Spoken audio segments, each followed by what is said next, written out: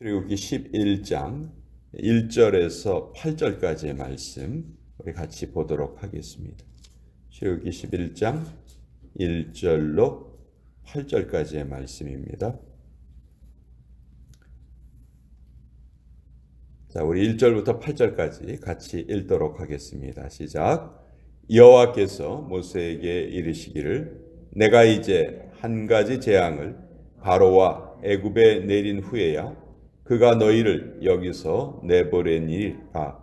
그가 너희를 내보낼 때에는 여기서 반드시 다 쫓아내리니 백성에게 말하여 사람들에게 각기 이웃들에게 은금 패물을 구하게 하라 하시더니 여호와께서 그 백성으로 애굽 사람의 은혜를 받게 하셨고 또 그 사람 모세는 애굽 땅에 있는 바로의 신하와 백성의 눈에 아주 위대하게 보였더라.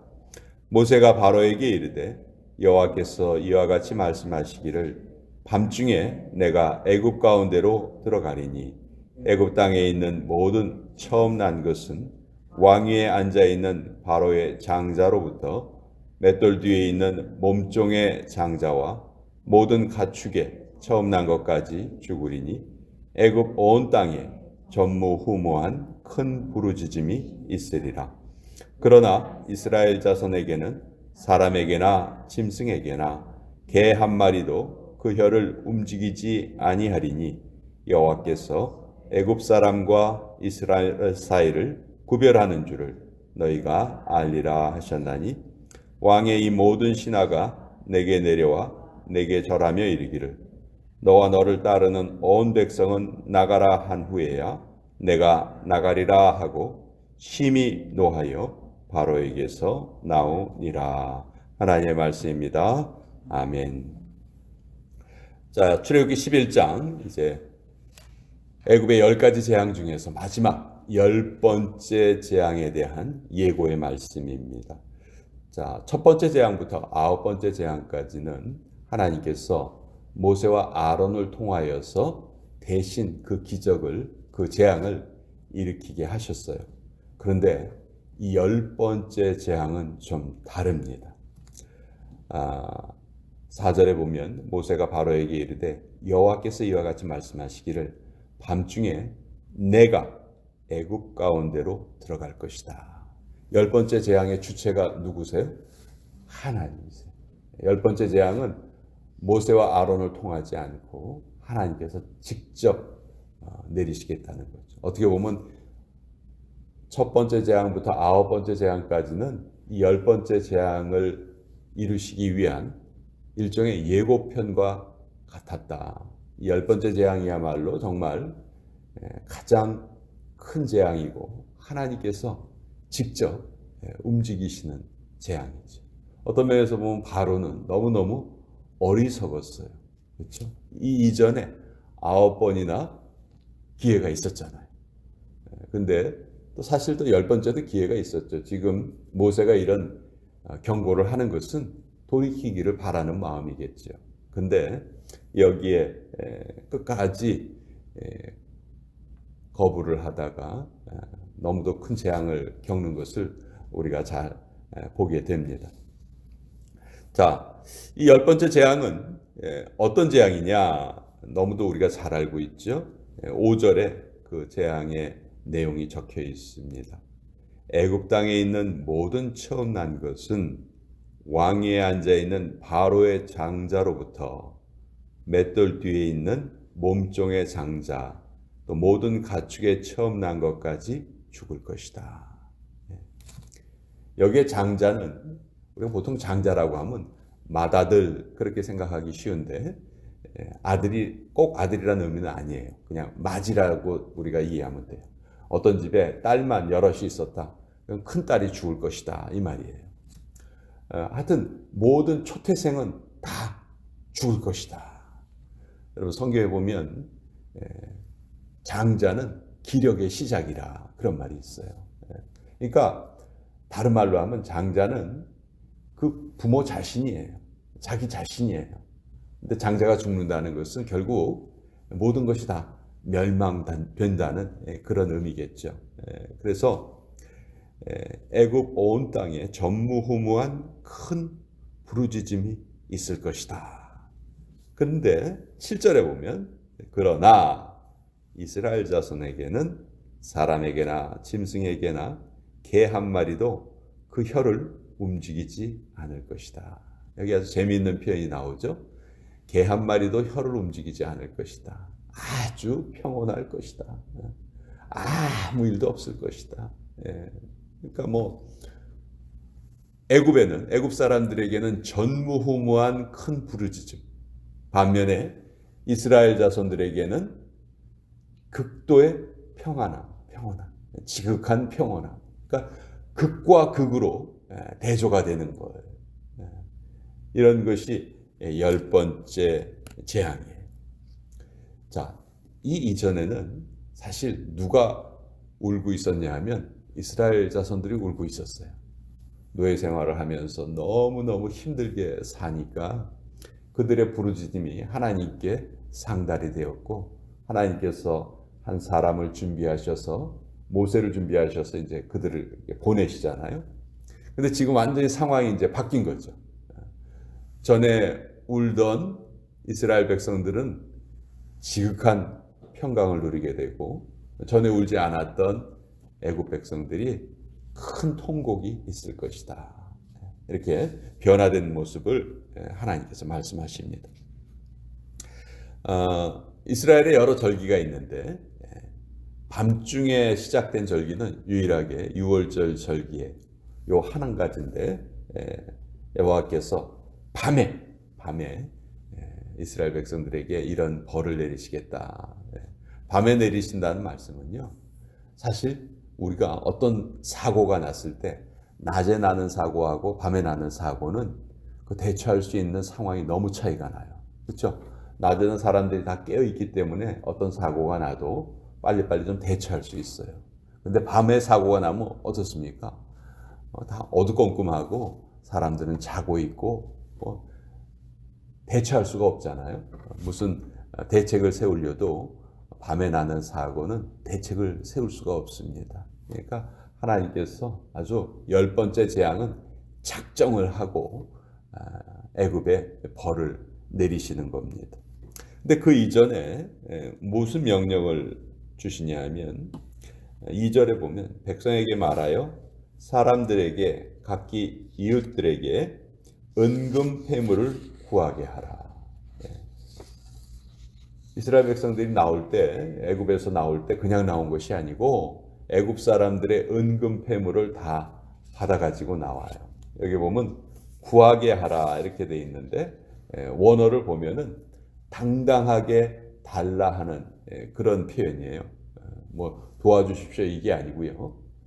나에게 다오, 아주 명령조로 말하는 거예요. 사실 이스라엘 백성들이 430년 동안 노예 생활을 했으니 무슨 일한 것에 대한 그 대가를 하나도 못 받았겠죠. 그것을 채워주시는 그런 의미도 있고, 또 더 정확한 의미로는요, 지금 애굽이 섬기고 있는, 애굽은 다신교 사회였잖아요. 그 신들에 대한 벌을 내리시는 것이 이 10가지 재앙이잖아요. 그 신들이, 애굽 사람들이 섬기는 신들이 하나님께 대해서 아무런 대항을 하지 못하죠. 그러니까 이 10가지 재앙은 다른 말로 하면 하나님의 완벽한 승리를 우리에게 알려주시는데, 이 애굽 사람들에게 은금 패물을 구하는 것은 여러분, 전쟁이 끝나면 전쟁에 이긴 자들이 전쟁에 진 사람들에게 전리품을 마음대로 가져갈 수 있죠. 일종의 그런 개념이라고 생각하시면 돼요. 전리품을 가지고 나와라. 내가 애굽의 모든 신들에게 승리한 그 전리품을 너희가 당당하게 구하여라. 이렇게 말씀을 합니다. 자, 그래서 실제로 나중에 애굽 사람들이 자기들의 장자가 다 죽음을 당했을 때 이스라엘 백성들에게 은금 패물을 주면서 제발 우리를 떠나 주십시오. 그 전까지는 가겠다고 해도 못 가게 막던 사람들이 이제는 제발 떠나 주십시오 하고 이스라엘 백성들을 나가게 하는 모습을 우리가 볼 수가 있습니다. 자, 그런데 이때 받은 이 은금 패물이 나중에 어떻게 이용됐나요? 두 가지로 이용됐어요.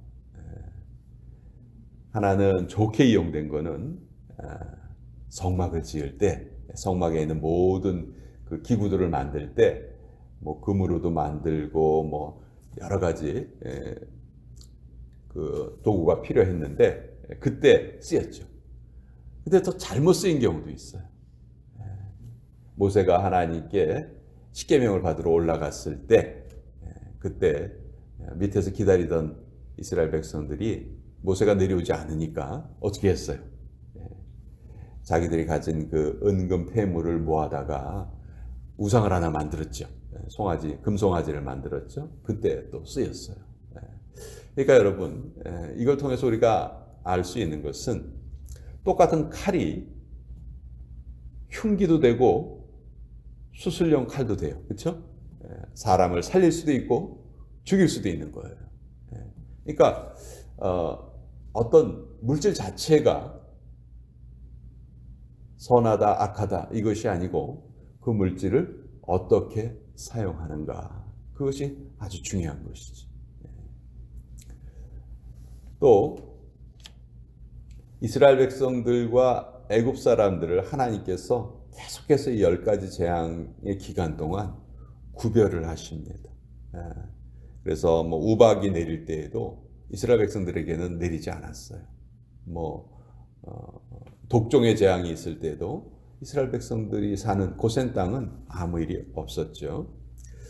자, 하나님께서 이스라엘 백성들과 애굽 사람들을 구별하시고 그것을 지켜주십니다. 애굽 사람들이 당시로서는 최고의 문명을, 가장 훌륭한 문명을 가지고 있다고 자랑하던 사람들이었는데 하나님이 내리신 재앙을 단 한 가지도 막아내지 못했어요. 이 10가지 재앙은 결국 우리 인류가 예수님께서 오실 재림의 시대에 맞이할 마지막 재앙을 우리에게 예고해 주십니다. 그 마지막 재앙을 아무도 막지 못할 것이다 하는 것을 미리 보여주시는 거예요. 그것을 막고 피할 수 있는 방법은, 유일한 방법은 하나님의 보호 속에 들어가는 것이죠.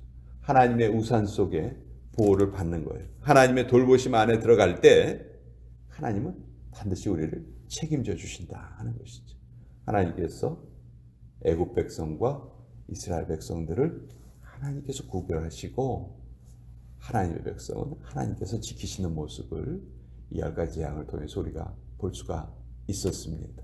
마찬가지로 이 진리의 말씀은 오늘 우리에게도 그대로 적용이 된다. 이번 주 우리가 내가 거룩하니 너희도 거룩할지어다, 이 말씀을 외우는 것은 구별된 존재로 살아가자 하는 그 우리의 다짐을 다시 한번 새롭게 하는 그런 의미가 있는데, 3절 끝부분에 보면요, 모세가 애굽 땅에 있는 바로의 신하와 백성의 눈에 아주 위대하게 보였다, 이런 표현이 있죠. 사실 모세가 하나님께 부름받기 직전에 광야 생활 40년을 하고 나서 말도 제대로 못할 정도로 어떻게 보면 마른 막대기와 같은 그런 인생에 불과했어요. 그런데 그 모세가 하나님께 붙들린 바 되니까 지금 모세의 모습이 어떻게 변합니까? 바로의 신하와 백성의 눈에는 너무너무 위대한 사람으로 보였다는 것이죠. 그 비결이 뭡니까? 하나님께 붙들린 자가 되었기 때문에. 다른 것이 모세의 위대함의 비결이 아니죠. 오늘도 우리도 마찬가지입니다. 우리가 이 세상을 살아갈 때 가치 있고 보람 있고 위대하게 살아가는 유일한 비결은 하나님께 붙들린 바 되어서 사는 것이다. 하나님의 계명을 지키면서 살아가는 것이다.